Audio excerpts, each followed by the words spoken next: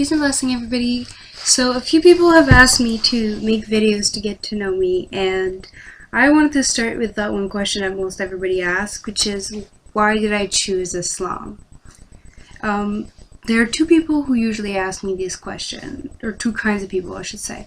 The first kind is non-Muslims. They'll ask me because they've heard all kinds of very negative things about Islam, and they're wondering why I would choose a religion that's usually portrayed as violent and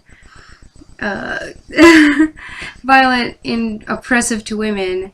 And then on the other side, there's the Muslims who want to hear me talk about how Islam changed my life, and they're looking for a coming of age story.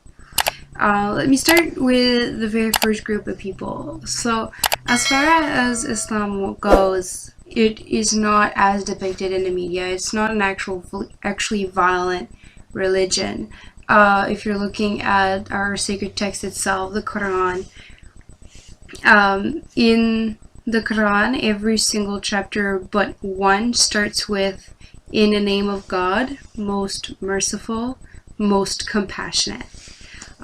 Those are very good traits, very interesting traits to be promoting, and they are very promoted throughout the Quran, which is mercy and compassion on others. And of course, God's mercy and compassion is the greatest, but we're asked to show mercy and compassion in our daily lives as well. So as far as the Quran itself and what it teaches, it does teach to be compassionate to one another. And it's interesting to see how many people misuse it, and that's unfortunate, but it is a reflection on them rather than on our religion. Of course, there's going to be people everywhere who misuse either sacred text or even the law, or they'll misuse just your words out of your mouth. The reality is people everywhere twist things in certain ways to misuse them, and that's just a reflection of them as bad people rather than the religion as bad. So I hope that that explains the whole "I don't believe that my religion is violent" aspects of this conversation. Now, on the other side, there's also, like I said, the Muslims who want to hear like my coming of age story, like how Islam came and changed my life. Well, the reality is, other than wearing a headscarf, not a whole lot has changed. I'm the same person I was before. I'm just as loud and as sarcastic and as inappropriate as I used to be, but I wear a headscarf doing it, I guess. You know, it's very much just who I am, and Islam kind of just fit the life that I was already living. And so it's one of the things I like to tell people. I did not so much choose Islam as much as it chose me. And I think that you have to understand a little bit of my background to understand that, but I hope that everybody out there have understood at least the very basic thing, which is I believe in an Islam that promotes peace, and that I'm still the same person that I was before my conversion. So those are the two big things that I want to answer right off the bat. As far as how Islam chose me, I've been lucky enough to have been raised in a family where spirituality was very much a topic of discussion and a topic of questioning. So as much as my parents, yes, they were religious, we were also welcome to question our religious teaching and to try and find answers.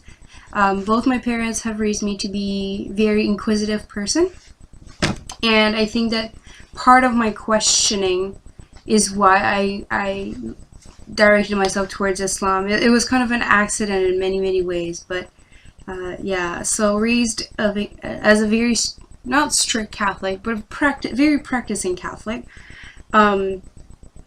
I've learned, I did Bible study, I did a lot of that education, but one of the things that I started questioning right off the bat when I was about, I think, 7 or 8 years old, I asked my mother, why do we say the Our Father, which is the main prayer used by Catholic, and yet when we say the Apostles' Creed, which is another prayer used by the Catholic, we say that Jesus is the only Son. Now, I'm linguistically minded. A lot of people know that I'm actually a translator by career, by training, sorry. And so I've always had that inquisitive mind for words and questioning the words and wording and sentence and things like that. That's always been very fascinating to me.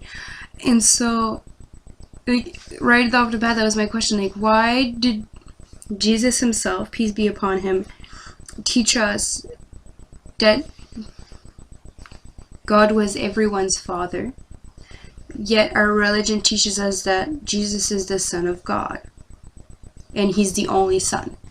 I didn't really get the discrepancies, and some people have explained it to me, and I've of course listened, and I was very interested in their definition of it, but I always had more of this understanding of Jesus in my own mind, I guess, that he was more of a prophet.